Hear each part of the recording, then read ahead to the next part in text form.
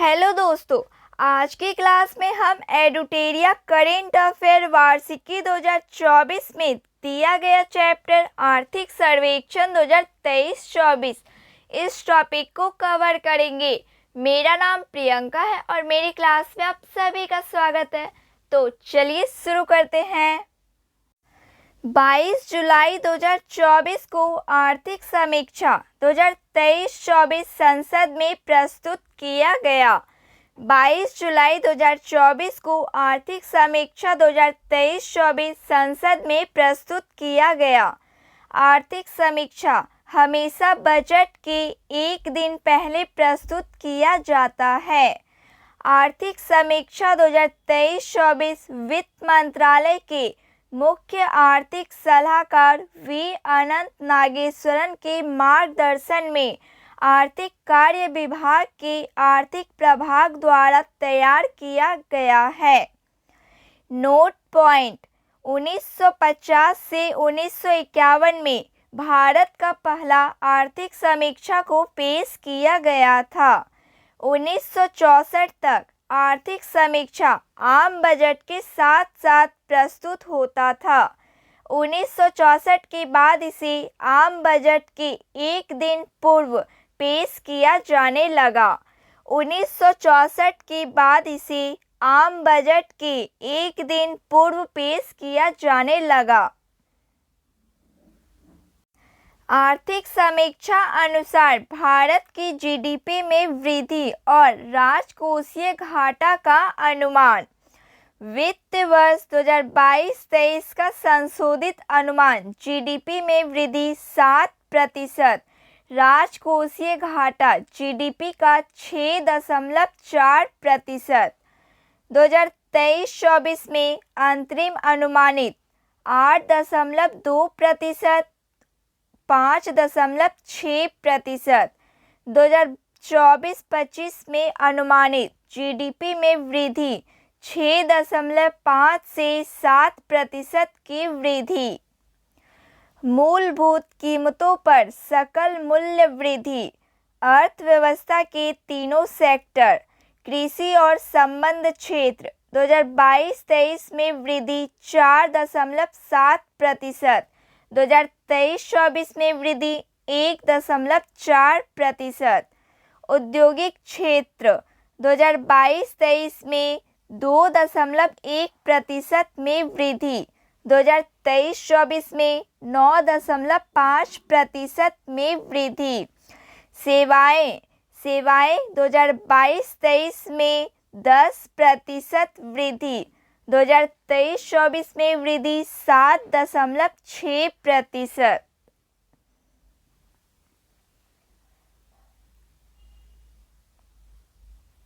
आर्थिक समीक्षा 2023-24 को 13 अध्यायों में बांटकर वर्णन किया गया है। अध्याय 1: अर्थव्यवस्था की स्थिति। निरंतर आगे बढ़ते हुए वैश्विक अर्थव्यवस्था ने 2023 में 3.2% की वृद्धि दर्ज की। वर्तमान मूल्यों पर समग्र जीवीए में कृषि, उद्योग और सेवा क्षेत्र का हिस्सा वित्त वर्ष 2024 में क्रमशः 17.7%, 27.6% और 54.7% था। वित्त वर्ष 2024 में विनिर्माण क्षेत्र में 9.9% की वृद्धि हुई। सरकार देश में 81.4 करोड़ लोगों को मुफ्त खाद्यान्न उपलब्ध करा रही है। जन धन योजना के लाभार्थियों की संख्या 51.6 करोड़ तक पहुंच गई। वित्त वर्ष 2024 के लिए पूंजीगत व्यय 9.5 लाख करोड़ रहा। खुदरा मुद्रास्फीति वित्त वर्ष 2024 में 5.4% हो गई। वित्त वर्ष 2024 में भारत का सेवा निर्यात $341.1 बिलियन रहा, चालू खाता घाटा जीडीपी का 0.7% रहा। वित्त वर्ष 2024 के दौरान शुद्ध एफपीआई प्रभाव 44.1 बिलियन अमेरिकी डॉलर और शुद्ध एफडीआई प्रभाव 26.5 बिलियन अमेरिकी डॉलर हो गया। अध्याय 2 मौद्रिक प्रबंधन और वित्त मध्यस्थता स्थिरता ही मूल मंत्र। कृषि क्षेत्र का जीएनपीए सकल गैर निष्पादित परिसंपत्ति अनुपात मार्च 2024 के अंत तक 6.5% पर उच्च बना हुआ है। आरबीआई प्रोजेक्ट नेक्सस में शामिल हुआ, जिसका उद्देश्य 4 आसियान देशों मलेशिया, फिलीपींस, सिंगापुर और थाईलैंड और भारत के फास्ट पेमेंट सिस्टम को जोड़ना है और यह 2026 तक लागू हो जाएगा। वित्त वर्ष 2024 में यूपीआई प्लेटफॉर्म पर किए गए लेन देन का मूल्य 200 लाख करोड़ रुपए है। भारत में उधार लेने वाले ग्राहकों की संख्या के मामले में भारतीय माइक्रो फाइनेंस संस्थान एमएफआई क्षेत्र चीन के बाद दूसरा सबसे बड़ा है। आरबीआई के वित्त समावेशन सूचकांक में सुधार किया है, जो मार्च 2023 में 60.1 से बढ़कर मार्च 2024 में 64.2 हो गया है।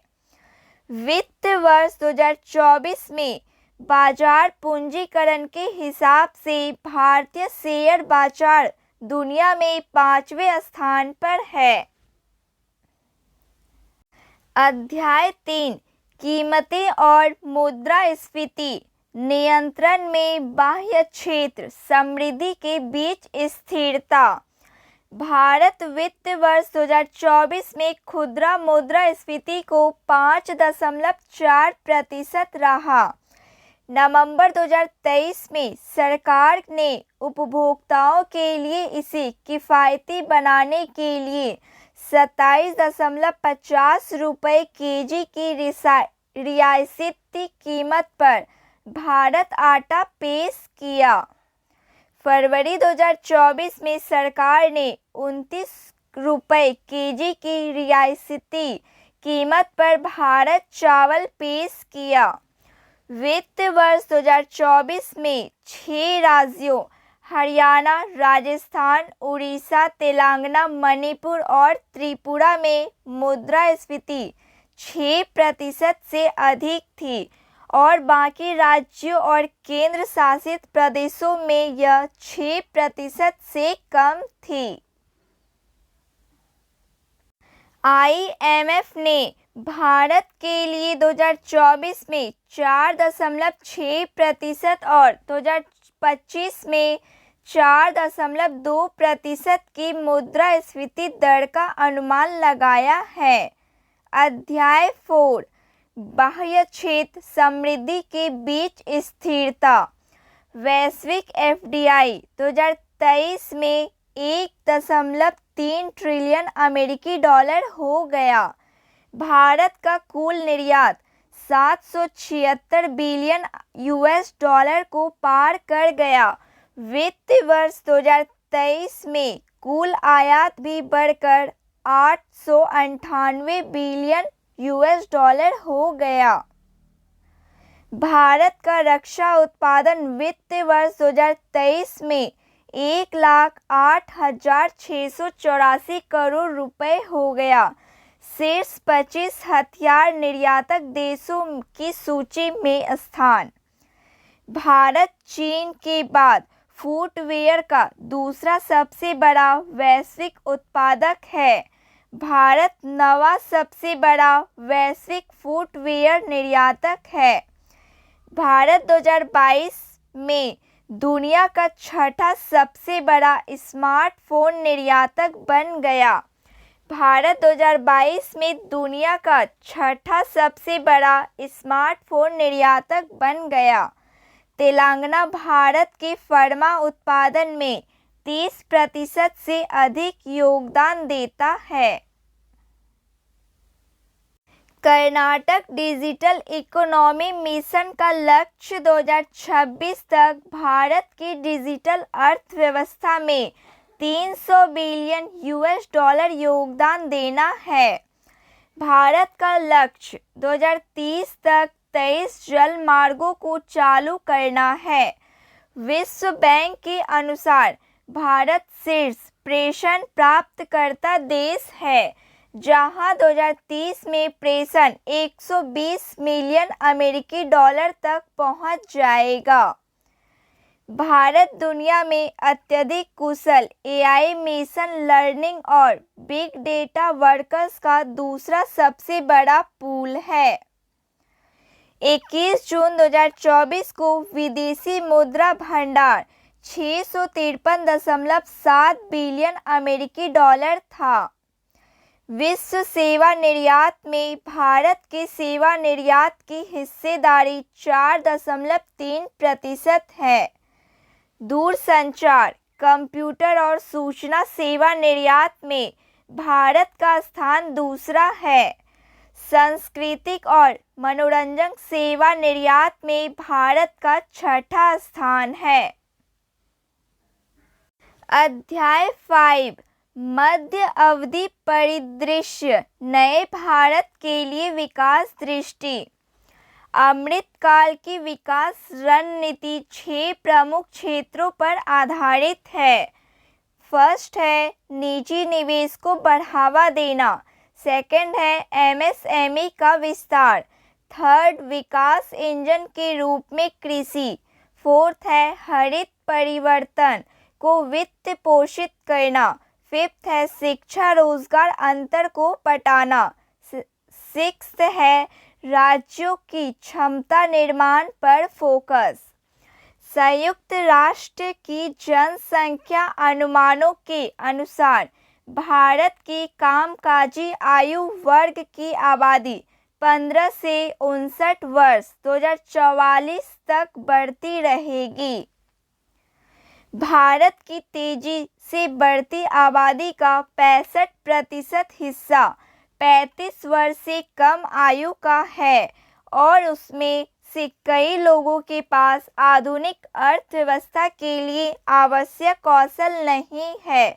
लगभग 51.25% युवा रोजगार योग्य माने जाते हैं, यानी 2 में से 1 अभी भी आसानी से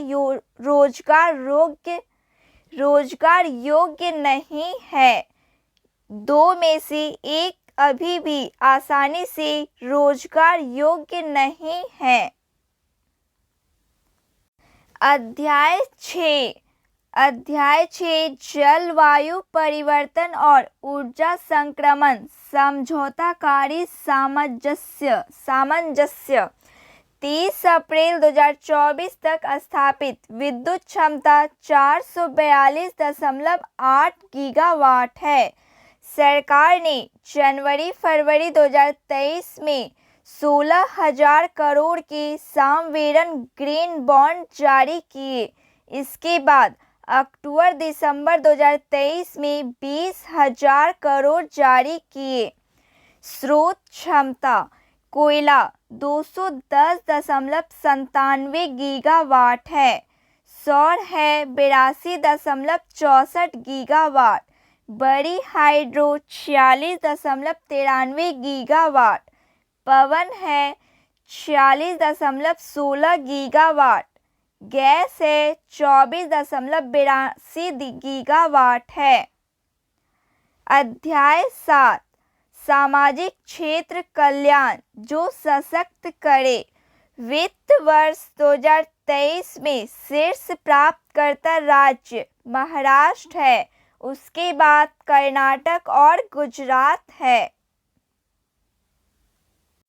प्रत्येक गांव कस्बे में चयनित स्वास्थ्य सेवाओं को संतृप्त करने और नागरिकों को सरकार की प्रमुख योजनाओं के बारे में सूचित करने के लिए सितंबर 2023 में आयुष्मान भव अभियान शुरू किया गया।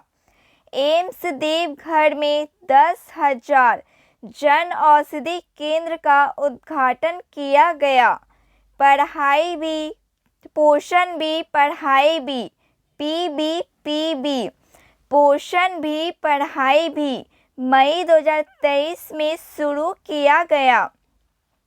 घरेलू उत्पाद, सकल घरेलू उत्पाद के प्रतिशत के रूप में भारत का अनुसंधान और विकास निवेश 0.64% है, जबकि चीन 2.41%, अमेरिका 3.47% और इजराइल 5.71% में यह प्रतिशत है।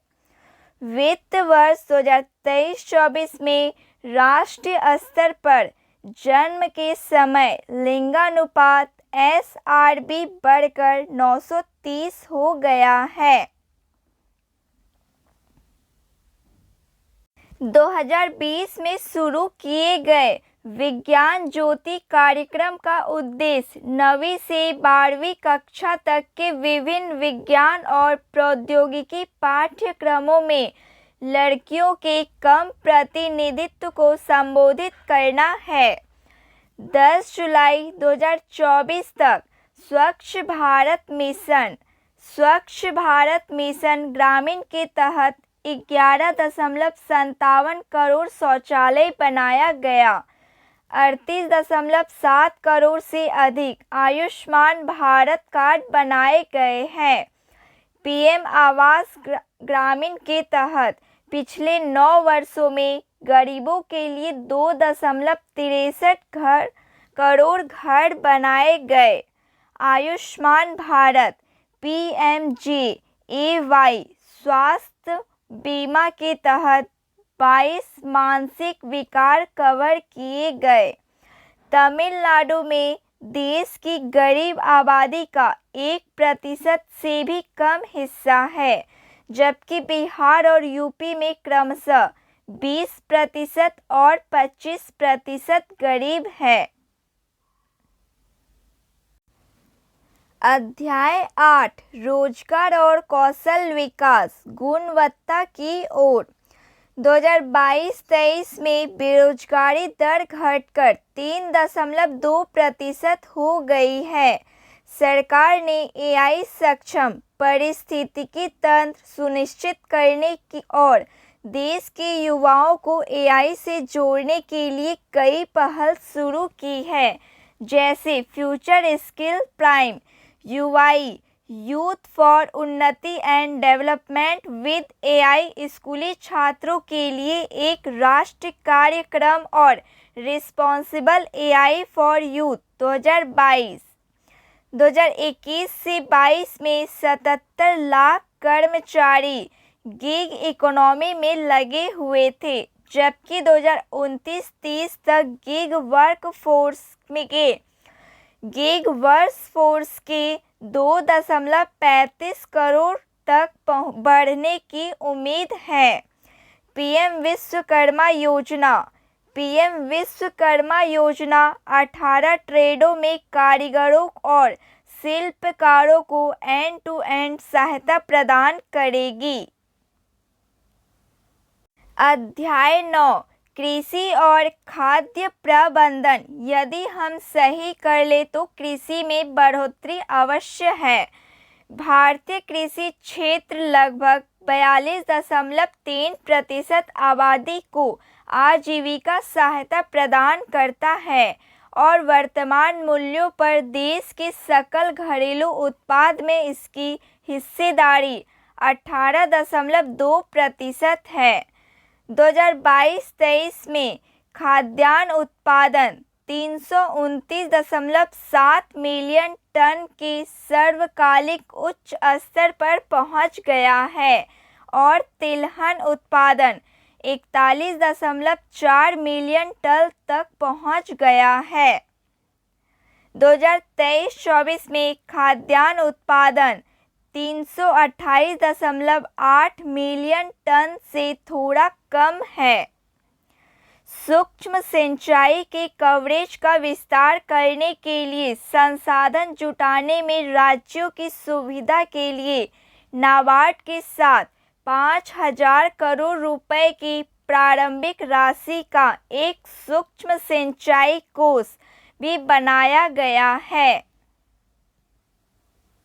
सल्फर की कमी को दूर करने के लिए सल्फर युक्त यूरिया गोल्ड की शुरुआत मिट्टी में पोषक तत्वों के संतुलन को बेहतर बनाने का उपाय है। 2022-23 में भारत ने 17.54 मिलियन टन का रिकॉर्ड मछली उत्पादन हासिल किया, जो विश्व में तीसरे स्थान पर है और वैश्विक उत्पादन का 8% है। ऑपरेशन ग्रीन का दायरा 3 फसलों टमाटर, प्याज और आलू से बढ़ाकर 22 जल्द खराब होने वाली फसलों तक कर दिया गया है, जिसमें 10 फल, 11 सब्जी और 1 समुद्री यानी झींगा शामिल है। अध्याय 10 उद्योग मध्यम एवं लघु दोनों अपरिहार्य।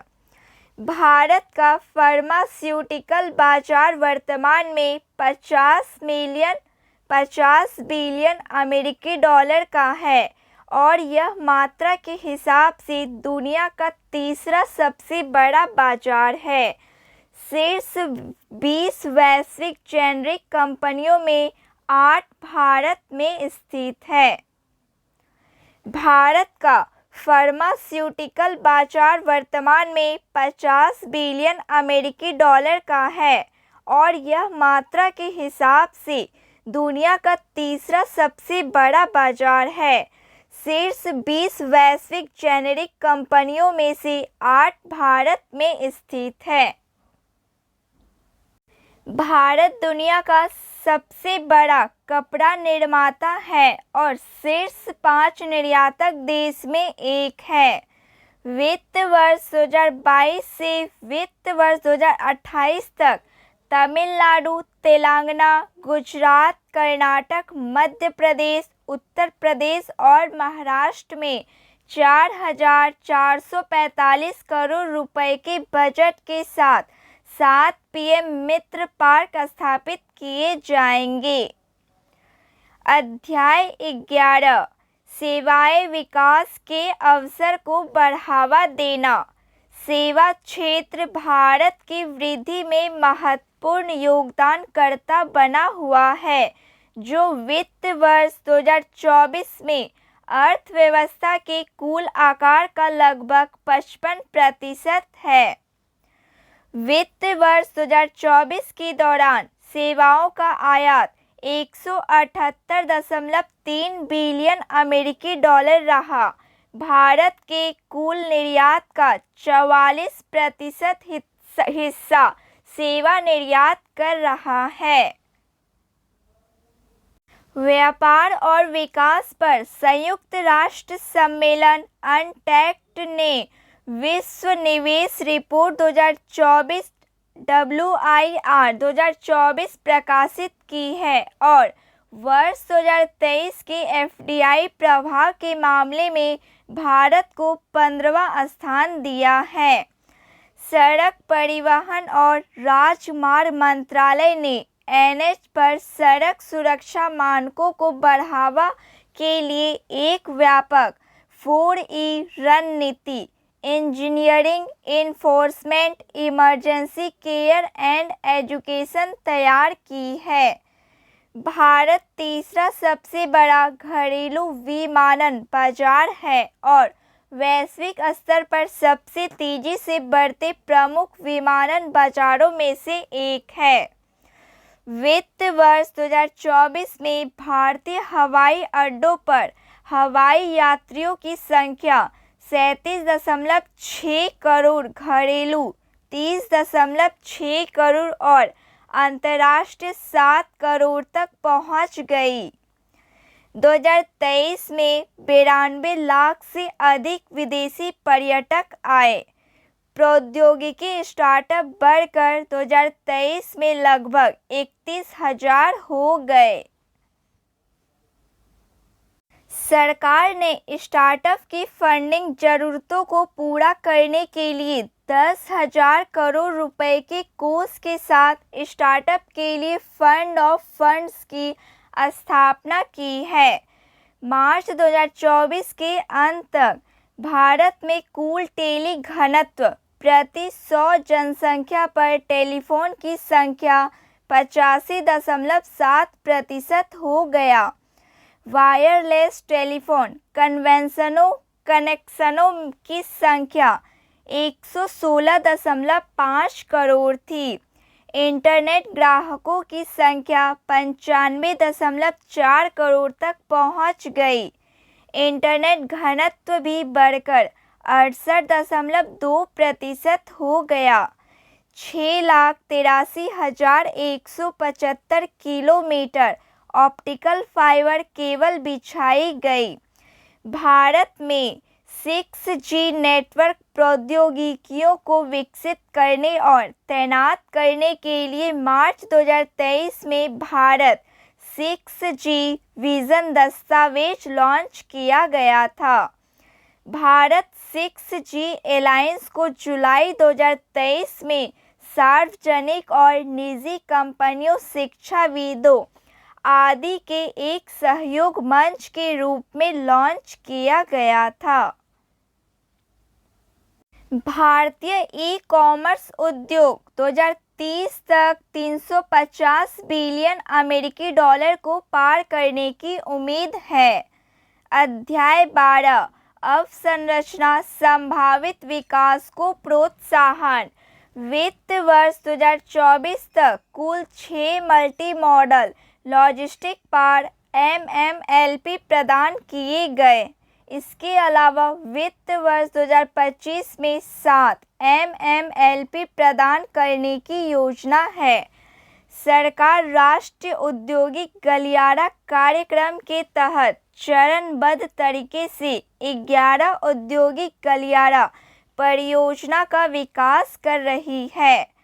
68,554 से अधिक रूट किलोमीटर और 12.54 लाख कर्मचारियों के साथ भारतीय रेलवे दुनिया का चौथा सबसे बड़ा नेटवर्क है। पिछले 5 वर्षों में रेलवे पर पूंजीगत व्यय 77% की वृद्धि हुई है। विश्व बैंक लॉजिस्टिक प्रदर्शन सूचकांक में अंतर्राष्ट्रीय शिपमेंट श्रेणी में भारत की रैंकिंग 2014 में 44 स्थान से सुधरकर 2023 में 22वें स्थान पर आ गई है।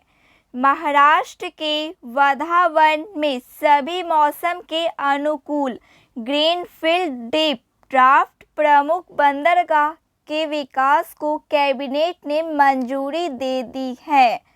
मैरीटाइम इंडिया विजन 2030 के तहत अंडमान और निकोबार द्वीप समूह और लक्षद्वीप समूह को पर्यटन और अन्य पहलों के लिए चरणबद्ध तरीके से विकसित करने की योजना बनाई गई है।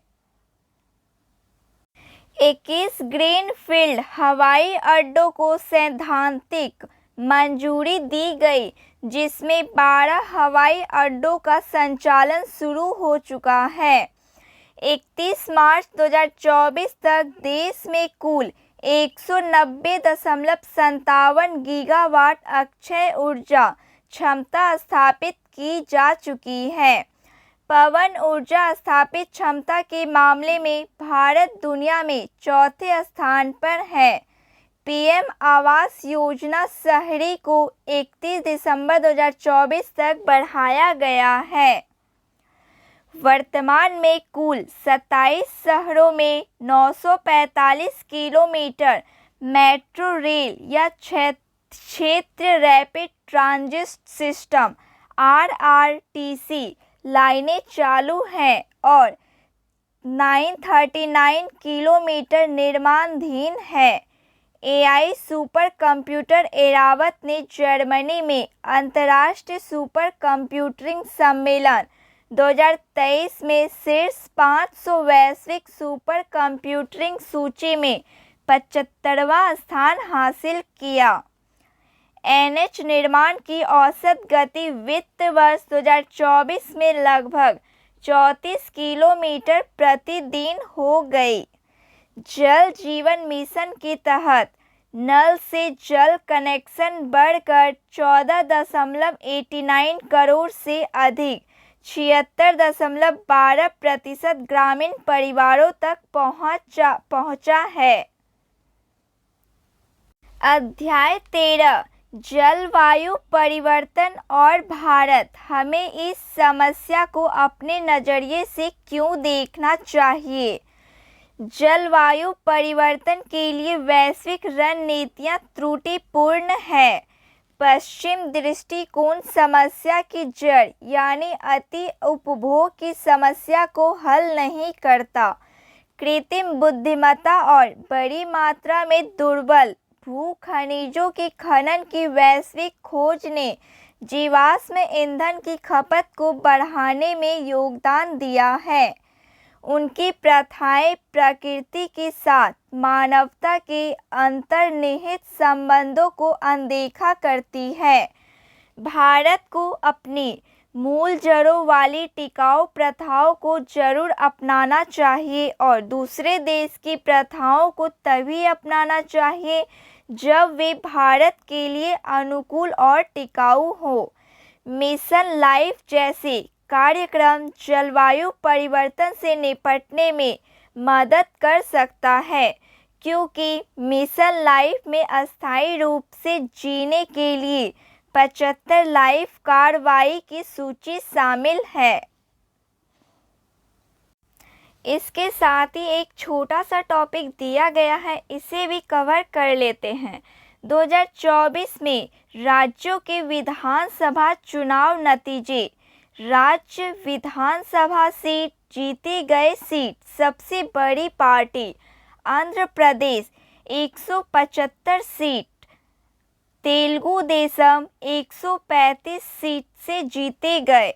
उड़ीसा 147 विधानसभा सीट, भारतीय जनता पार्टी 78 सीटों से जीते। अरुणाचल प्रदेश 60 विधानसभा सीट, भारतीय जनता पार्टी 46 सीटों से जीते गए। सिक्किम विधानसभा सीट 32, सिक्किम क्रांतिकारी मोर्चा 31 सीटों से जीते गए। आंध्र प्रदेश की मुख्यमंत्री हैं एन चंद्रबाबू नायडू, चौथी बार। उप मुख्यमंत्री हैं पवन कल्याण। उड़ीसा राज्य के मुख्यमंत्री हैं मोहन चरण मांझी, पहली बार। उप मुख्यमंत्री हैं कनक वंदन सिंह देव और प्रवती परिदा। अरुणाचल प्रदेश मुख्यमंत्री हैं पेमा खांडू, तीसरी बार। उप मुख्यमंत्री हैं चोना मेन। सिक्किम राज्य के मुख्यमंत्री हैं प्रेम सिंह तमांग, दूसरी बार। नोट पॉइंट: सिक्किम और अरुणाचल प्रदेश विधानसभा चुनाव के नतीजे 2 जून को आए, जबकि आम चुनाव और अन्य विधानसभा चुनाव के नतीजे 4 जून को घोषित किए गए। तो फ्रेंड्स, आज के लिए बस इतना ही। क्लास अच्छी लगी हो प्लीज़ लाइक शेयर सब्सक्राइब कीजिए। जय हिंद, थैंक यू।